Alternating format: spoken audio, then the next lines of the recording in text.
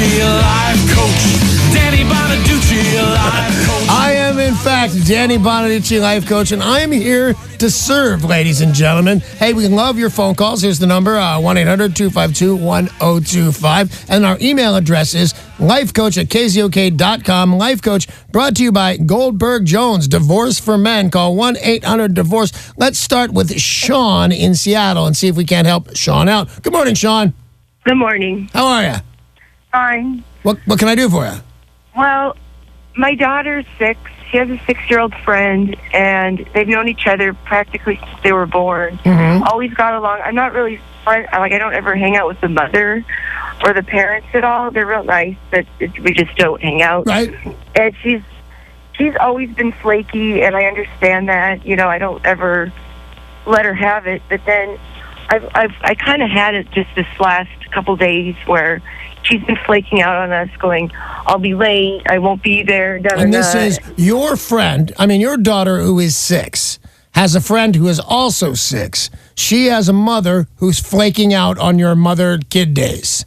Right, or just changing things all the time or not showing up or whatever. So I finally had it. I said it real nice in a text message saying, you know, it'd be nice if you're on time kind of thing, or let me know what's going on.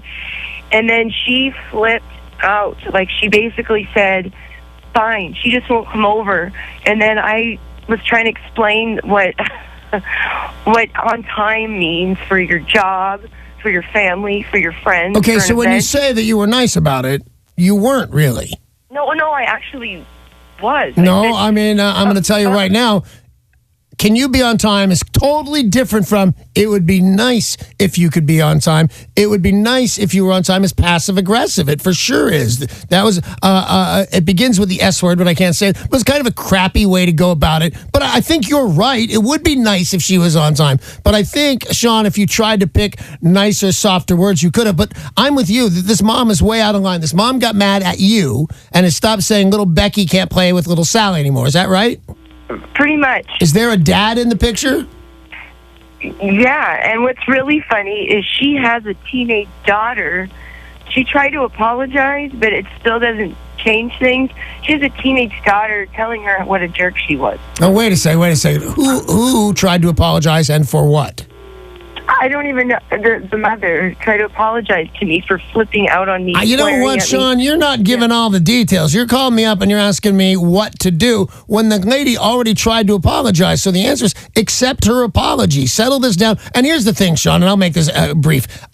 You could also talk to the dad, but this lady tried to apologize. She sounds like an okay woman. She's just a flake. I agree with you. She's a flake, and it would be nice if she was on time. But I'm betting money that in the end of this, and very soon, by the way, little Sally's going to be allowed to play with little Becky because that mother's not a bad person. She tried to apologize. She's, I had a very best friend who was late all the time. Dave Brown. Couldn't stand that about him. Drove me crazy. But sometimes you have to accept the shortcomings of others because you want things. You want that daughter to be able to play with your child. So the answer is talk to her. She wants to apologize. Accept her apology. This is going to work itself out. And the only thing standing in its way is your pride. So swallow your pride. Accept her apology and say, that's great, and move right along. Thank you for the call, Sean. I appreciate it. The next caller on Danny Bonaduce Life Coach is going to be Jill in Auburn. Hi, Jill in Auburn. Hi, Danny. What's up? Hey, I have a friend of over 30 years, and she has gone to rehab in the past. Mm-hmm. She's recently broke up with her fiance. I'll tell you this right now before we get started, Jill. Really nice people go to rehab every now and again. Right. All right, but go ahead. Supposedly she doesn't have a problem, and it's labeled her and da-da-da-da-da. Anyway, so she's been living with us for the last week, and I've been telling her, you can't be drinking all day. You need to get yourself out of this funk that you're in and plant some flowers, or I've been giving her things to do. Right. And all week long, she's done none of them. As a matter of fact, I'm cooking and cleaning and doing everything for her. So I guess you realize that you need to stop that, don't you, Jill? Right. I guess what I'm thinking is that I'm not helping her. You're not. You're very good. That's exactly right. I hate the word enabling only because everybody uses it. But if you're, if this person's too drunk to do this and she's too emotionally crushed to do this, and you do it for her, what is the reason to get better? So I really do. I like that you realize that that's a bad idea. You're over helping this person. So go on. What's happening, and then what is your question? So her own parents, because of her drinking, won't bring her into her house. So I know that she just cashed in like $40,000 at 401k that she's going to live on. At this point, I don't think that she can even work. I mean, where does she go? Well, I've never met a person. You're talking about it. She says she doesn't have a problem. I never met a person that was physically unable to look for and maintain a job that can't admit she has a problem. So is this person capable of working for a living? I believe no. You believe no? I believe she has too much of a drinking problem. All right. So then what is your question for me? Do I ask her to leave my house? Well, is she paying you any rent? No, and she's doing nothing. And she's doing, it's a very easy answer right there, Jill. You can't have a drunk in your house. Do you have any kids? Who else is in your house besides you? Just me and my husband. Just you and your husband? I don't love having a drunk lady in the house with you and your husband. I think it's a big mistake. You're already upset. She's doing nothing to pitch in. You're planting perennials at this point. She's not doing anything. I think this is going to end up being a big problem for you and your husband. I'm going to do a quick impression of either you or your husband within the next 6 weeks. You ready? Here comes my impression. Well, she's your friend. Take care of it. That's a conversation that's absolutely coming your way. I think the best thing you can do is tell her, I wish you the best, but and make it look like you're doing the right thing for her. I don't think we're helping you by trying to help you too much. You need to find other arrangements. And then she'll do it because she has to. And by the way, thank you for the call, Jill. And I'll say this is another thing that nobody bothered to ask me about. Cashing in your 401k, for whatever reason, unless you've been set on fire, don't cash it, and then maybe not. But don't cash in your 401k. It's a giant. Susie Orman would come to your house and go crazy. Don't cash in your 401k. Do not let her come to your house and go crazy. No, it'd be a bad. In that cool leather jacket she wears. 800-252-1025. That's the number you dial right now with your problems because Danny Bonaduce is here to help. I am. I hope you can help our next caller. I'm sure I can. Well, it's Mama Gibbons. No way. Mama Gibbons, good morning. Good morning, all. How's everybody doing today? We're all doing very well. And may I say that your son is doing an exceptional job. Well, thank you. I watch every day. I'm so proud of him. Oh, that's right. You're at Danny TV watching your son. Morning, Mama Gibbons. So what can I do for you? Well, Danny, I am having a major neighbor war. I think they're a big mistake to get into. What can I do for you? Well, my neighbor abandoned the house. Mm-hmm. The pool is dilapidated. There's a cat living in there for 3 months. No trash. I'm trying to sell my house. I've called the police. I've called the borough. He's been fined. He won't pay the fine. I talked to him yesterday. There's nobody living in it, right? There's nobody there. Nobody's living in it except a cat. Okay. So he pulled up yesterday, and I nicely went out and said, what's your plans here, dude? And we got into a drag-out fight. And now he's texting me, threatening me. What do I do to get the cops or somebody in that house to get that animal? Does he know? And I'm not kidding here, Mama Gibbons. Is this guy aware of whom he is threatening? Oh yes, he is. All the way around, he knows when he threatens Mama Gibbons, what the possible repercussions of that could be. Absolutely. Wow, he's an idiot. Mm-hmm. He's an idiot. I wouldn't mess with Mama Gibbons. And I wouldn't mess with, and I'll just be, vaguer. I would not mess with the people Mama Gibbons knows. I think that's a very big mistake. But I think I have the answer for you. Okay. All right, ready? I'm ready. Let me ask this. And by the way, the answer is it's very easy. If you don't know how to get them, you can just go get these things online. You need 3 hypodermic needles. Okay. Okay, you can get 3 hypodermic needles. See, everybody in here went, oh, what? Mama Gibbons goes, all right, yeah, I can get that. I only need 3, she says.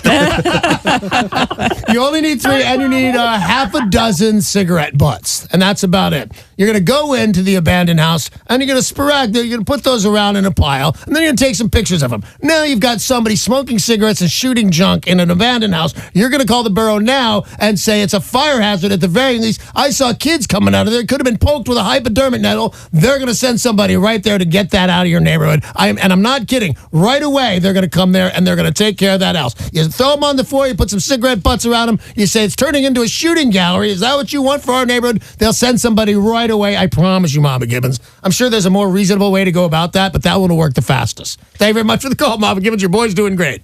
And you always tell people this, too, to hang on to those threats that she's getting. Yes, if you're getting never erase those texts. Exactly. And by the way, an abandoned pool, that is such, and that's, you don't even need the hypodermic. That's full-on dangerous. Don't do that. Yeah, it was above ground, and it was a cesspool. There were ducks living in it and all kinds of bad stuff. Yeah, you just need, and she's called the borough, so the borough's not coming out to help as soon as she should. But I'm thinking the photographs of that kind of a hazard, I know it sounds maybe like I'm kidding. I'm not kidding. That's exactly what I would do right away. I'd scatter that stuff around and say, I just saw some kids coming out of there. You need to take care of this before somebody gets seriously injured. It's turning into a shooting gallery, and they'll take care of it. So you could get West Nile from all the mosquitoes and the stagnant. She should call the health department. Well, if I pointed out that sometimes my advice is blatantly illegal and immoral, but it will really work and fast. You haven't. That's okay. Okay. We're going to get to an email here on Danny Bonaduce, Life Coach. The email is always available to you, lifecoach@KZOK.com. And we've got one from Bob in Tacoma. Bob in Tacoma. Life Coach, I drink too much. I'm highly functioning, and most of my coworkers and acquaintances have no idea how bad my drinking problem is. But truly, it's a problem. I've tried meetings, inpatient programs, private counseling, but nothing sticks. What else can I try? Oh, I hate to, and I'm glad we keep reading them because it's such a good answer. But my fear is to sound like a broken record here because, especially for you, it sounds like you've got it together. Sometimes I give this advice to people that don't have it together. I think they're never going to follow that advice. They're incapable. I think you could. And the answer is go to your doctor, tell him, and say, you heard Danny Bonaduce. You don't even have to say you heard Danny Bonaduce. Just say, does hand abuse work? And he'll say, why, yes, it does. Then he'll give you a warning on the possible dangers of drinking on this. Now, here, what's his name again? Bob, here's how I say. I go to meetings, but not very often. I don't. I'm with my wife 20 hours a day, and she wants me to stay sober, and that makes it easier. But when I was trying to get sober last time around, I would drink in place. I would drink up in my kid's tree fort. So I know it's really dirty.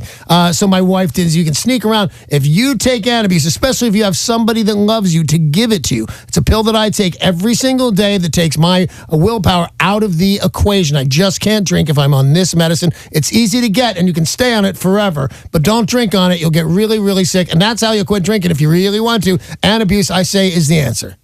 Got time for one more call on Danny Bonaduce, Life Coach. This is Karen in Queen Anne. Hi, Karen. Hi, Danny. What's up?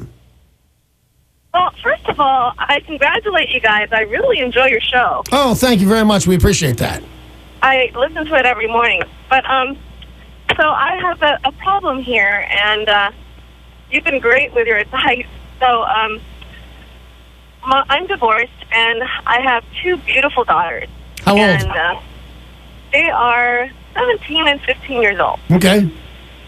And their dad, it's like pulling teeth trying to get him to visit and spend quality time with his own daughters. Right. I call him and try to schedule something, and I feel like he shouldn't be the one trying to schedule something. He should be the guy that wants to spend time with his own children. He should. Yeah, but he doesn't. And whenever here's the thing, Karen, on that. There's the guys. There's two kinds of guys when they have kids, and they're the little babies right there, and they hold them in their arms, and they kiss them, and they say things that sound a lot like, and they change their diapers. And then there's the other kind of guy that says, that is an alien, and I'm afraid of it, and I'm afraid I'm going to drop it, and it's the weirdest thing, and I'm going to talk to it from across the room. It sounds like you've got that kind of ex, that he never... How was he with your daughters when he was still married to you? He thought he was babysitting them. You know what? I will tell you something, Karen. I made the terrible mistake. I was on the radio in Detroit, and somebody asked me what I was doing this weekend. I said, I got to stay home. I'm babysitting my children. I got so much hate mail, I couldn't believe it. And they all said the same thing. You can't babysit your own children. So I realized you're right on that one, Karen. That just, you can't babysit, and you shouldn't want to. Well, this guy, here's the problem. This guy should want to spend the time with you. What do your kids feel about it? They feel isolated. I know it hurts them deep down inside, and they don't really express it because they're teenagers, and they've got their friends, but, it's something to say when your own dad doesn't spend time with you. I agree with you, but I'm going to tell you something that I truly believe, and that if you force this guy to be around your two lovely daughters, 15 and 17 years old, he's going to act like a person who's been forced to be around them, and that's going to be worse for them rather than have him, let them go out with their friends because they're doing whatever they want. If he comes around and he acts like a guy's being forced to be around them, they're going to feel terrible. I think that here's the answer on this one. Unless you're losing out financially on child support and the like, I'd say ride this one out. And if he doesn't want to be around him, it's his loss. They're great kids. You raised them right, and you were right to get rid of this loser. Hey, thank you very much for the call, Karen, but I am out of time. I've got to go. That's all the Life Coach we got for you. Life Coach brought to you by Goldberg Jones Divorce Men. Call 1-800-DIVORCE.